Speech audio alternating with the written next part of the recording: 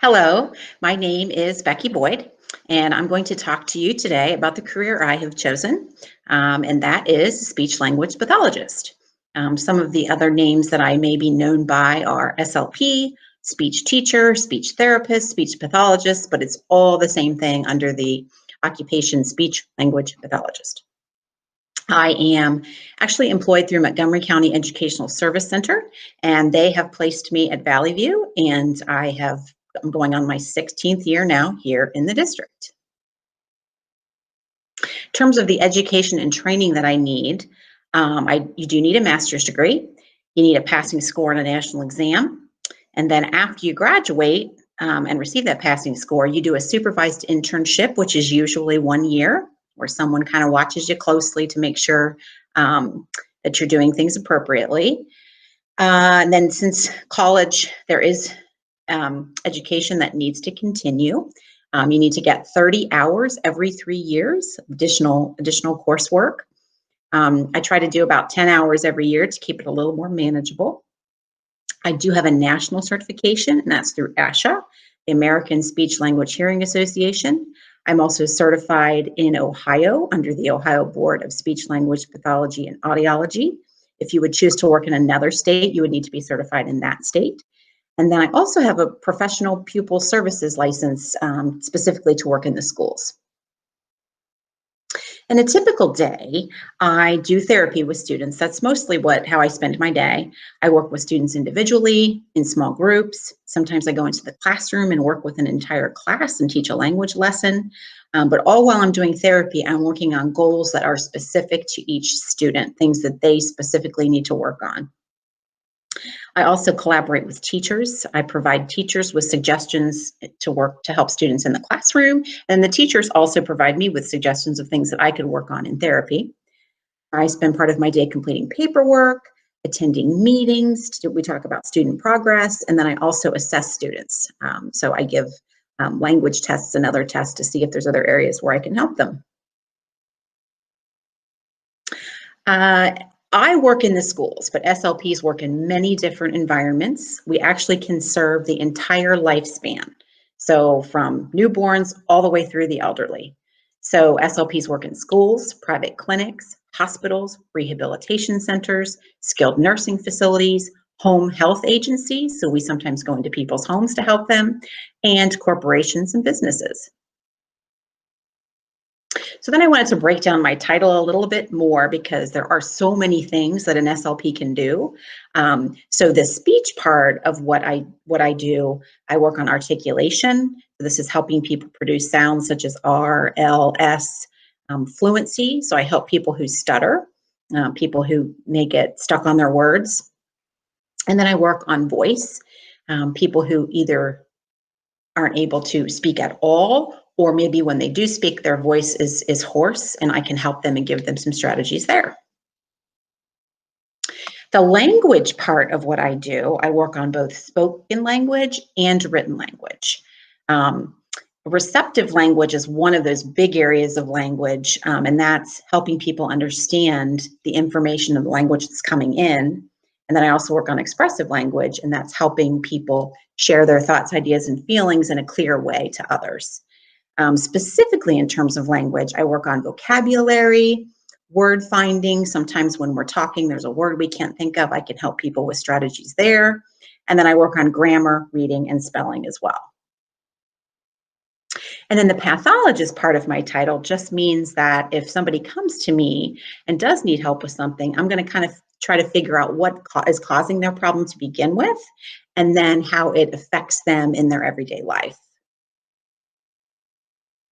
Social language is another area, and this is where I help people communicate for social purposes. So greeting other people, commenting, asking questions, having conversations, talking in different ways to different people. Like you're not going to talk to a child the same way you would talk to an adult, things like that.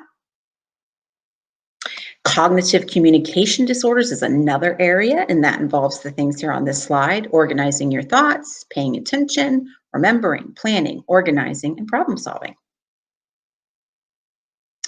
Swallowing disorders is yet another area. This is addressed more commonly in the hospital or maybe the skilled nursing facility.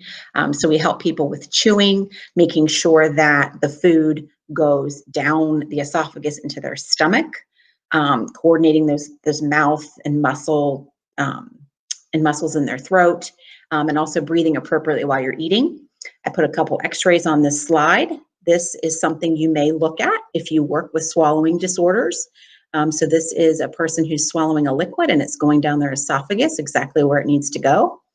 And over on the right, this is someone who has swallowed something and it's now down into their lungs. You can kind of see it going down in there, which is something we don't want. We want the food in the stomach, not in the lungs.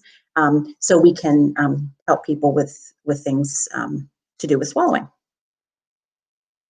And then there are a few additional areas of treatment.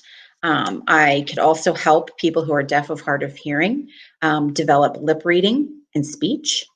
I also work with students with alternative communication systems, and I did put a picture of one down here. This is for people that maybe when they try to talk, they are not able to be understood. So we help them use a machine like this so it can kind of be their voice. And then last, we work with people also who maybe don't have a disorder but want to learn to communicate more effectively. So I worked with a man who came to the United States from China, and he wanted to get rid of his accent.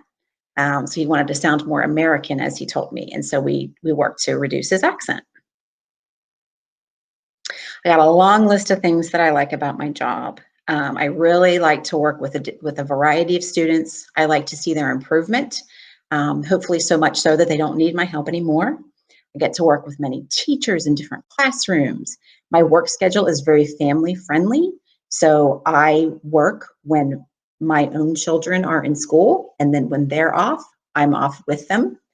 If I choose, I can work with all different age groups, all different environments. I can pick one area just to specialize in and just focus on that area. I can participate in research so we can figure out the best ways to help people. And if I choose, I could work for myself. I could open up an office and start seeing people there. The one big dislike about my job is there is a lot of paperwork to do. You have to stay pretty organized and on top of your paperwork in order to be successful with this job.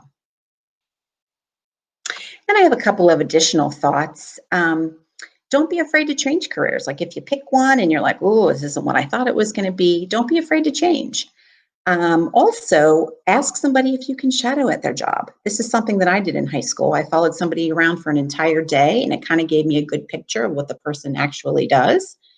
And then in terms of interviewing, you can always practice with your family and friends. There's plenty of practice interview questions out there on the internet that you can practice with and hopefully be less nervous during an interview.